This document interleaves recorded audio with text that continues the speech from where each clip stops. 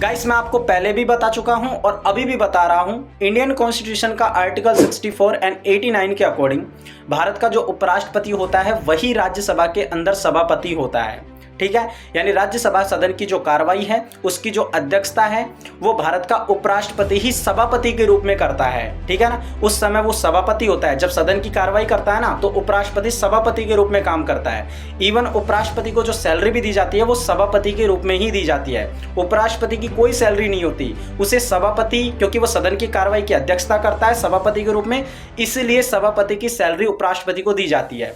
लेकिन आपको पता है वर्तमान में उपराष्ट्रपति का पद खाली हो गया है, तो सिंपल सी बात है, फिर सदन की कार्रवाई को कौन संभालेगा, यानी सभापति के पद को कौन संभालेगा। तो देखिए राज्यसभा के अंदर जो उप सभापति होता है वही राज्यसभा में सभापति के पद को संभालेंगे। ठीक है ना, जो वर्तमान में राज्यसभा के जो उप सभापति है वो है हरिवंश नारायण सिंह, ये राज्यसभा में सभापति के रूप में काम करेंगे, यानी सदन की कार्रवाई अब उप सभापति संभालेंगे हरिवंश नारायण सिंह। ठीक है, लेकिन आपको ध्यान में ये रखना है कि जो उपराष्ट्रपति है उसका पद अभी खाली है, उसके लिए नए चुनाव होने बाकी हैं। जब चुनाव होंगे तो नया उपराष्ट्रपति आएगा, और जब नया उपराष्ट्रपति आएगा तो फिर जो उप सभापति जो सभापति का पद संभाल रहा था वो अपने पद पर वापस चला जाएगा, और फिर सभापति का जो पद संभालेगा वो नया उपराष्ट्रपति ही संभालेगा। ठीक है ना।